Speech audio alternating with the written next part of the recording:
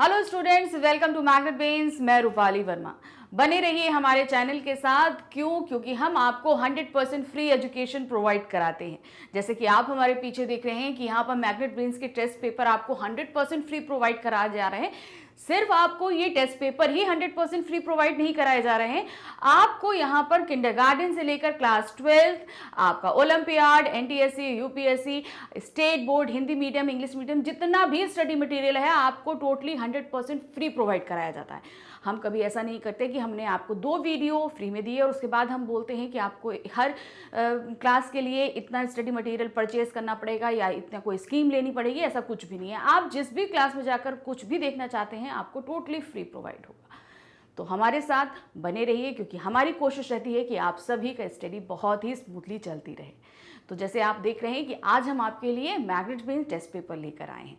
ये test paper आपको पहले ही प्रोवाइड कराए जा चुके हैं, इनका पीडीएफ आपको प्रोवाइड कराया जा चुका है। आई होप आप सभी ने इसको सॉल्व कर लिया होगा। आज हम इसका आपको सोल्यूशन कराएंगे। तो देखते हैं कि ये कौन सी क्लास का है और कौन सा चैप्टर है। तो आज की जो हमारी क्लास है वो है 12th Hindi core plus elective की जो हमारी कंबाइंड बुक है, हमारी अभिव्यक्ति और माध्यम, उसका अध्याय है 8वां, कैसे लिखें कहानी। तो इन सब के जो क्वेश्चंस आपको ऑब्जेक्टिव सब्जेक्टिव दोनों दिए गए थे, आप सभी ने कर लिए होंगे। तो इसी आधार पर आज हम जो है उसका सॉल्यूशंस भी करते हैं। ध्यान रखिए, जो थोड़ा बहुत फ़र्क आएगा उसको आप सुधारते हुए चलिएगा। ये मत सोचिएगा कि हमें मार्क्स कम मिल रहे हैं, टेस्ट पेपर हमने गलत सॉल्व किया, बिल्कुल भी नहीं।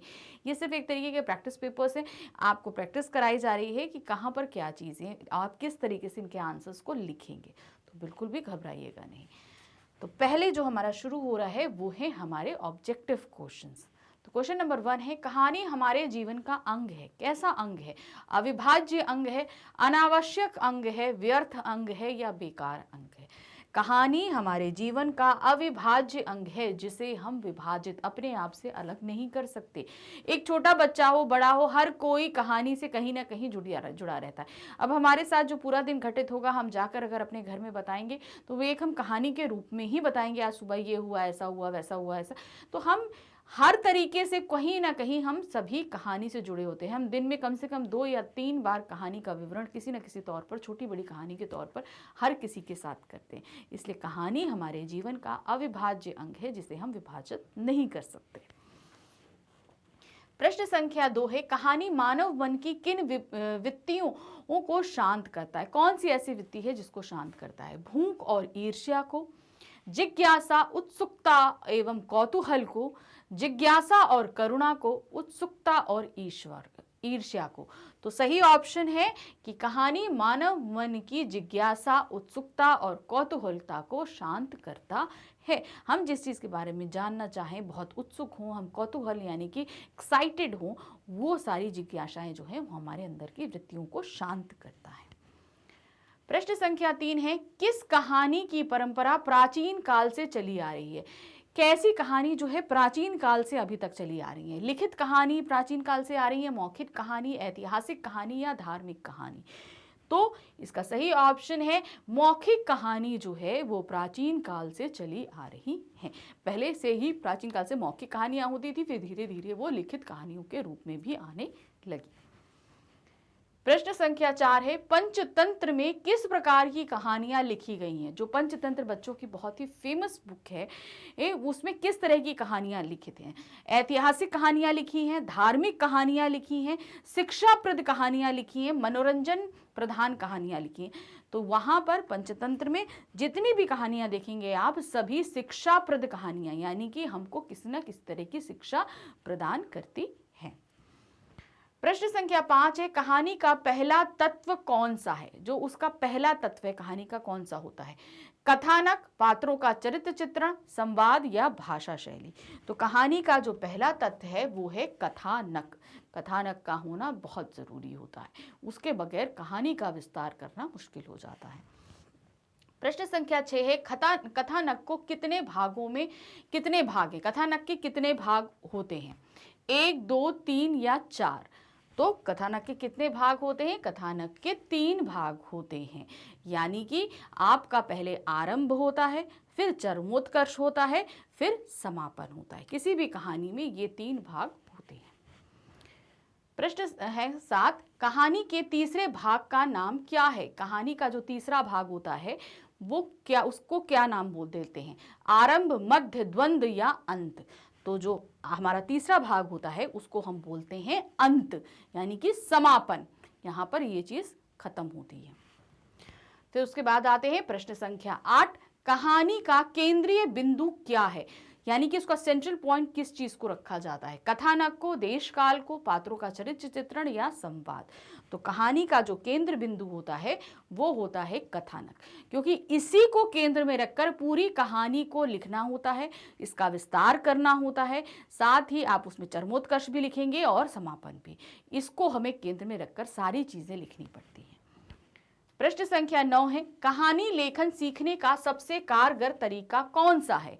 हम कहानी लेखन अगर सीखना चाहें तो इसका जो ऐसा कारगर तरीका जिससे हम जल्दी कहानी लिखना सीख जाएं वो कौन सा होता है? नानी से कहानी सुनना, दादी से कहानी सुनना, कहानी लिखने का अभ्यास या अच्छी कहानियां पढ़ना? तो इसका सबसे उत्तम तरीका है कि जब हम अच्छी कहानियां पढ़ते हैं तो हम अच्छी कहानी लिखना जल्दी सीख जाते हैं, क्योंकि जब हम अच्छी चीज़ पढ़ेंगे तभी तो हमें उस चीज़ का एक्सपीरियंस आएगा और हम उसको लिखेंगे भी उसी तरीके से। प्रश्न संख्या 10 है, भारत में किस ग्रंथ की कहानियां लोकप्रिय हैं? कौन सी ऐसी कहानी है किस ग्रंथ की जो सबसे ज्यादा लोकप्रिय है? कादंबरी, कथा, सरित सागर, हितोपदेश, पंचतंत्र? तो सबसे लोकप्रिय जो है वो है पंचतंत्र की कहानियां, सबसे लोकप्रिय ग्रंथ है। तो यहां पर अब हमारे ऑब्जेक्टिव क्वेश्चन खत्म होते हैं, अब शुरू होते हैं सब्जेक्टिव क्वेश्चंस, उनको देखते हैं। प्रश्न संख्या 11 है, कहानी की परिभाषा स्पष्ट कीजिए।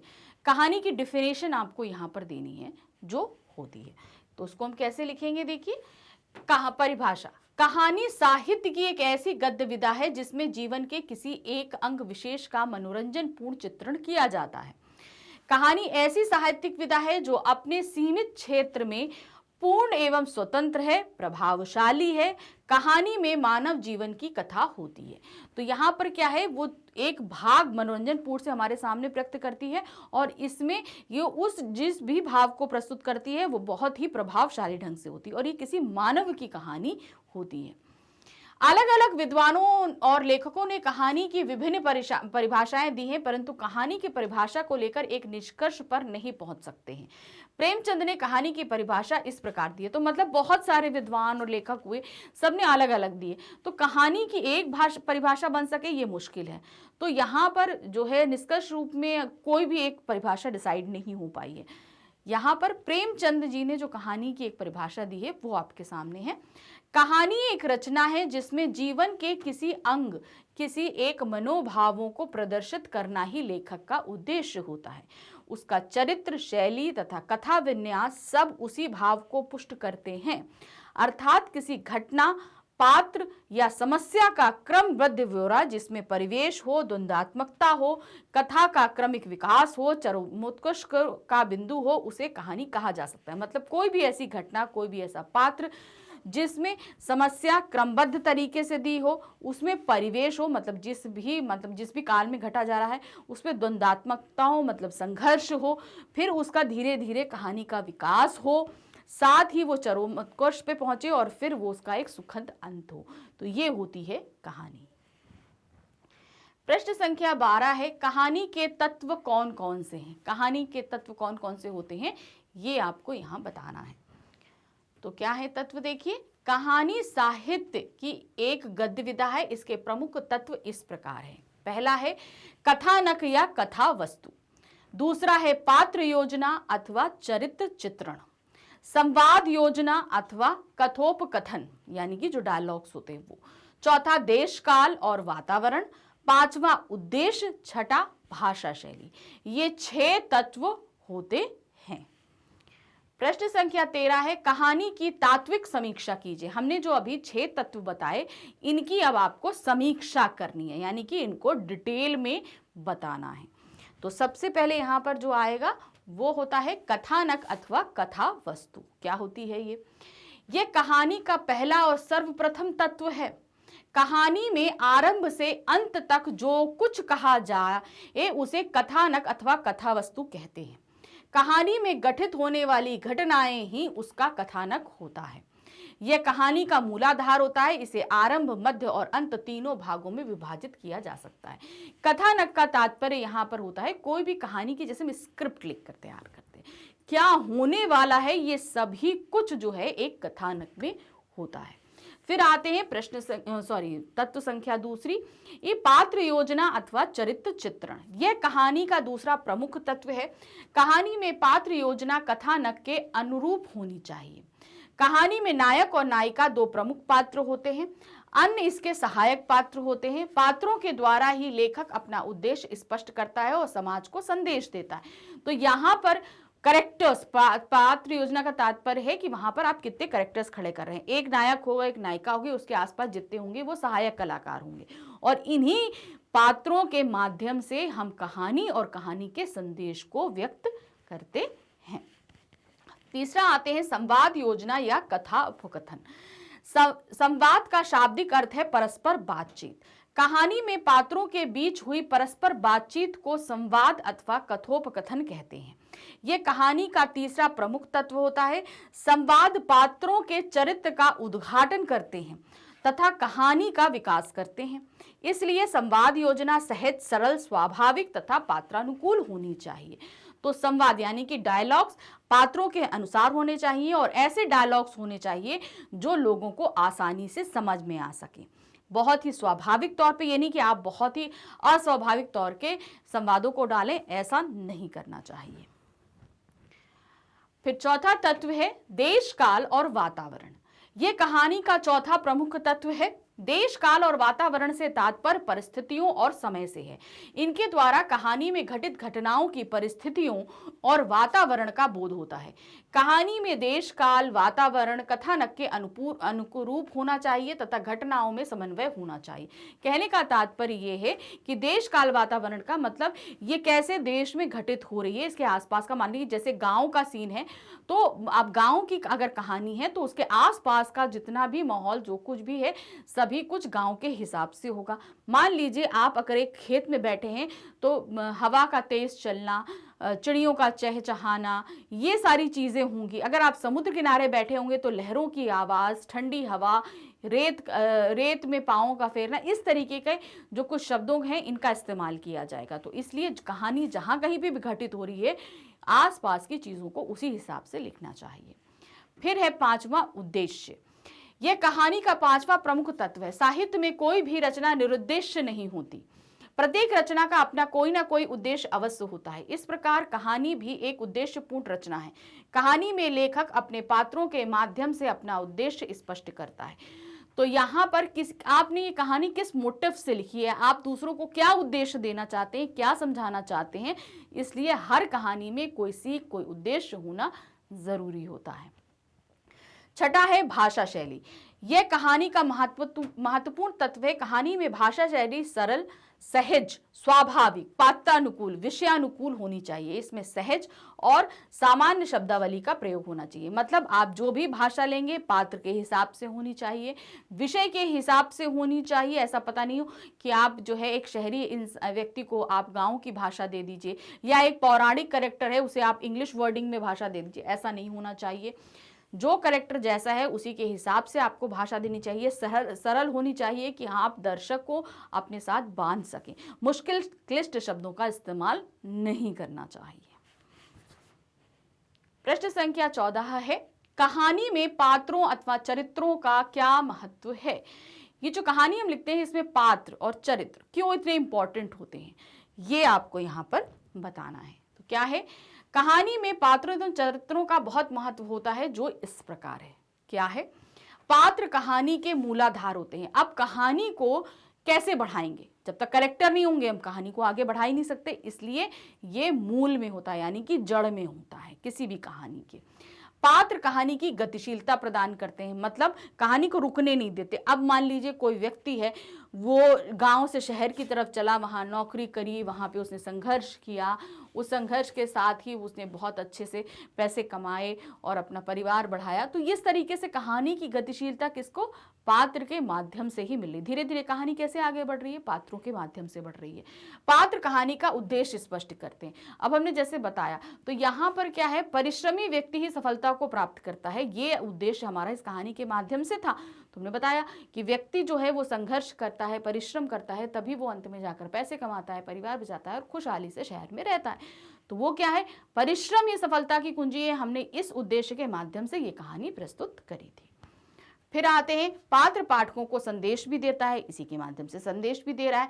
पात्र कहानी को समापन की ओर ले जाते हैं। अब कहानी को आरंभ से लेकर चरमोत्कर्ष संघर्ष तक ले जाकर फिर समापन तक पहुंचाने का कार्य कौन करते हैं, पात्र ही करते हैं, और कोई नहीं करे। कौन करेगा, पात्र ही करते हैं।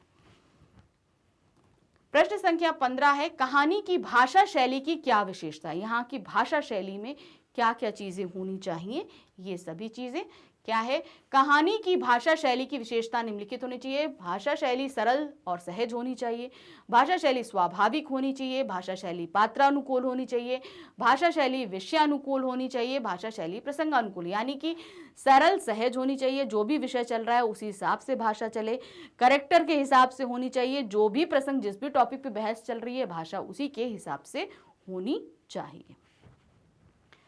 प्रश्न संख्या 16 है, कहानी का हमारे जीवन से क्या संबंध है। ये जो कहानी हम लोग करते हैं इसका हमारे जीवन से क्या संबंध है, कैसा होना चाहिए। बहुत सारी कहानियां हम पढ़ते लिखते हैं, इस संबंध को आप यहाँ पर स्थापित करेंगे। कहानी का मानवीय जीवन से घनिष्ठ संबंध है। आदिम युग से ही कहानी मानव जीवन का प्रमुख अंग रही है। यह मानवीय जीवन का एक ऐसा अभिन्न अंग है कि प्रत्येक मनुष्य किसी न किसी रूप में कहानी सुनता या सुनाता है। विचारों का आदान प्रदान इस संसार का एक अनूठा नियम है। इसीलिए संसार में प्रत्येक मनुष्य में अपने अनुभव बांटने और दूसरे के अनुभवों जानने की प्राकृतिक इच्छा होती है। जहां प्रत्येक मनुष्य अपने विचारों, अनुभवों और वस्तुओं का आदान प्रदान करता है, हम अपनी बातें किसी को सुनाना और दूसरों की सुनना चाहते हैं। इसलिए यह सत्य है कि इस संसार में प्रत्येक मनुष्य में कहानी लिखने की मूल भावना होती है। यह दूसरा सत्य है कि कुछ लोगों को इस भावना का विकास हो जाता है और कुछ इसे विकसित करने में समर्थ नहीं होते। इस प्रकार हम कह सकते हैं कि कहानी का मानवीय जीवन से अटूट संबंध है। देखिए, हम एक समाज में रहते हैं। हम यहाँ पर, जैसे अब आप हैं, आप स्कूल जाते हैं, स्कूल में आपके साथ कुछ भी घटित हुआ तो आप मम्मी को आकर बताते हैं। मम्मी के साथ कोई चीज़ हुई तो मम्मी आपको बताती है, आप अपनी घटना को अपने फ्रेंड्स को बनाते हो। तो यहाँ पर क्या है, हम अपने विचारों को अपनी मम्मी या अपने पापा को बता रहे हैं, अपने फ्रेंड्स को बता रहे हैं, उनकी जो अनुभव है उन सभी को हम सुन रहे हैं। तो ये सभी हम किस माध्यम से सुनते हैं, कहानी के माध्यम से। छोटी बड़ी बहुत सी चीजें होती हैं जो हम कहानी के माध्यम से ही सुन और समझ रहे होते हैं। तो यहाँ पर सभी किसी ना कहीं, आप ये मत सोचिए कि हम कहानी नहीं बनाए, आप दिन में कम से कम 3 से 4 कहानियां तो बनाते ही बनाते हैं, दूसरों को सुनाते ही सुनाते हैं। जो आपके साथ घटित होती है उन्हें आप कहानी, कोई भी चीज आपके साथ घटना घटित हो रही है तो वो क्रम में घटित हो रही है, वो कहानी के रूप में नहीं घटित हो रही। लेकिन जब आप दूसरे को आप सुनाते हैं तब उसको आप कहानी के रूप में रूपांतरित कर देते हैं और तब उसे सुनाते हैं। ये बात अलग है कि कुछ लोगों में ये जो कहानी सुनने, सुनाने और लिखने की जो प्रतिभा होती है वो कुछ ज़्यादा विकसित हो जाती है, तो भाई वो साहित्यकार, लेखक और कवि बन जाते हैं। और कुछ में नहीं होती तो वो हम ऐसे ही किस्से कहानी सुनाते हुए बताते रहते हैं। तो इसलिए कहानी हम सभी के जीवन में कहीं ना कहीं हमसे जुड़ी हुई है। प्रश्न संख्या 17 है, प्राचीन काल में मौखिक कहानी को लोकप्रियता के क्या कारण है। प्राचीन काल में मौखिक कहानी ही क्यों इतनी लोकप्रिय हुई, इसका आपको कारण स्पष्ट करना है। तो क्या कारण था इसका, देखिए। प्राचीन काल में मौखिक कहानी की लोकप्रियता के कई कारण थे जो इस प्रकार है। प्राचीन काल में संचार के साधनों की कमी थी, इसलिए मौखिक कहानी ही संचार का सबसे बड़ा साधन था। मतलब जैसे आजकल हम लोग के पास फोन है, टेलीफोन है, इंटरनेट है, समाचार पत्र, लेकिन प्राचीन काल में ये सब चीजें नहीं होती थी। लोग होते थे तो एक अपनी बात दूसरों तक पहुंचाने का कोई माध्यम नहीं था। तब क्या होता था, मौखिक कहानियां ही चलती थी। यानी कि कहानी बना ली, इनको सुनाई, इन्होंने मुंह से जाके दूसरे को सुना दी, तो ये होती थी मौखिक कहानियां। इसीलिए इस वहां पर वो इतनी प्रचलित हुई। दूसरा कारण है, प्राचीन काल में मौखिक कहानी धर्म प्रचारकों और संतों के सिद्धांतों और विचारों को लोगों तक पहुंचाने का माध्यम थी। प्राचीन काल में धर्म प्रचार के लिए भी मौखिक कहानियों का ही इस्तेमाल किया जाता था। हमारे धर्म में क्या क्या चीज़ें हैं, कैसी कैसी महान चीज़ें, ये सब भाई पहले ग्रंथ तो थे नहीं, तो इन्हें कहानियों के माध्यम से ही लोगों तक पहुंचाया जाता था। मौखिक कहानी ही समाज में शिक्षा के प्रचार प्रसार का साधन थी। मौखिक कहानी क्या है? अब शिक्षा, पहले इससे स्कूल मदरसे ये सब चीज़ें थोड़ी ना होती थी, ना आप कॉपी किताब लेकर जाते थे, कुछ नहीं होता था। तो कहानियों के माध्यम से लोगों को शिक्षा देना, उनकी समझ को विकसित करना, ये मौखिक ही तौर पर संपन्न होता था। प्राचीन काल में मौखिक कहानी ही मनोरंजन का प्रमुख साधन। भाई पहले एंटरटेनमेंट के लिए कुछ ज़्यादा कुछ थोड़ी ना होता था, कहानी एक दूसरे को सुनिए सुनाइए और ये आपका एंटरटेनमेंट का साधन हो जाया करता था। प्रश्न संख्या 18 है, कहानी के इतिहास पर नोट लिखिए। कहानी का इतिहास यानी कहानी कैसे शुरू हुई, क्या हुआ, इस पे आपको एक नोट तैयार करना है। तो कैसे आप इसको लिखेंगे? देखिए, कहानी का इतिहास उतना ही पुराना है जितना मानवीय इतिहास, क्योंकि कहानी मानवीय स्वभाव और प्रकृति का अटूट हिस्सा है। कहानी सुनने और सुनाने की प्रवृत्ति मनुष्य में आदिम युग से है। जैसे जैसे मानवीय सभ्यता का विकास होता गया, वैसे वैसे कहानी की आदिम काल का विकास होता रहा। कथावाचक कहानियां सुनाते गए और श्रोता उनकी कहानियां सुनते गए। तो मतलब जब से इंसान पैदा हुआ यानी मनुष्य अस्तित्व में आया, तब से ये कहानियां हैं। तो यानी कि जितना पुराना मानव है उतनी ही पुरानी कहानियां हैं। तो जैसे जैसे हम मानव सभ्यता में विकास होता गया, वैसे वैसे कहानी के में भी विकास होता रहा। प्राकृतिक रूप से मनुष्य एक कल्पनाशील प्राणी है। कल्पना करना मनुष्य का स्वाभाविक गुण है। धीरे धीरे सत्य घटनाओं पर आधारित कहानी सुनते सुनाते मनुष्य में कल्पना का सम्मिश्रण होने लगा, क्योंकि प्रायः मनुष्य वह सुनना चाहता है जो उसे प्रिय है। प्राचीन काल में किसी घटना, युद्ध, प्रेम आदि के किस्से सुनाए जाते थे। श्रोता इन किस्से कहानियों को आनंद पूर्वक सुनते थे। धीरे धीरे ये किस्से ही कहानी का रूप धारण ग्रहण कर लेते थे। इस प्रकार कहानी कला का धीरे धीरे विकास हुआ। क्या हुआ? देखिए, हम लोग कल्पनाशील प्राणी हैं, हम लोग इमेजिन बहुत अच्छा करते हैं। तो अब क्या हुआ, जैसे हमने कोई कहानी सुनी, कुछ हुआ, या हम कोई चीज सोच रहे हैं तो उसी को हमने कहानी में धार लिया। कोई ऐसी किसी के प्रेम के किस्से को सुना, कहीं युद्ध के किस्से को सुना, कुछ हुआ, तो अब उसी को हमने अपनी कल्पना में पिरोया और उसकी एक कहानी बना दी। तो इस तरीके से कल्पना का भी वास्तविकता में सम्मिश्रण हो जाने के कारण एक नई कहानी का जन्म हो जाया करता था। तो ये है एक कहानी का इतिहास। तो यहाँ पर हमारा ये पार्ट समाप्त हुआ। आई होप आप सभी को यहाँ पर ये क्वेश्चन पेपर अच्छे से समझ में आ गया होगा कि हम इसमें यहाँ क्या से कैसे लिखेंगे। हमारे आगे आने वाले वीडियोस के लिए आप हमारे चैनल को सब्सक्राइब ज़रूर कीजिए। इससे आपको नोटिफिकेशन मिलते रहेंगे कि आगे कौन से वीडियोस आने वाले हैं, किस सब्जेक्ट के आने वाले हैं, किस टॉपिक पे आने वाले हैं। तो ये आपके लिए बहुत इजी हो जाएगा आपकी पढ़ाई के लिए। हमारे चैनल पर आपके लिए जितना भी कंटेंट अवेलेबल हम कराते हैं, जितने भी वीडियोस होते हैं, ये टोटली फ्री ऑफ कॉस्ट हम आपके लिए प्रोवाइड करते हैं। इसके लिए आपको कुछ भी पे नहीं करना पड़ता। साथ ही सारा कंटेंट जो है वो बहुत ही अच्छी क्वालिटी का होता है, टोटली अरेंज्ड होता है, ताकि आपको कोई भी एक टॉपिक के बाद दूसरा टॉपिक ढूंढने के लिए किसी भी तरह की परेशानी नहीं उठानी पड़े। तो हमारे चैनल के साथ बने रहिए। हमारे चैनल को लाइक, सब्सक्राइब, शेयर ज़रूर कीजिए, क्योंकि हम आपके लिए बेहद कोशिश करते रहते हैं। इसीलिए हमारे साथ बने रहिए। Thank you for watching. Bye bye.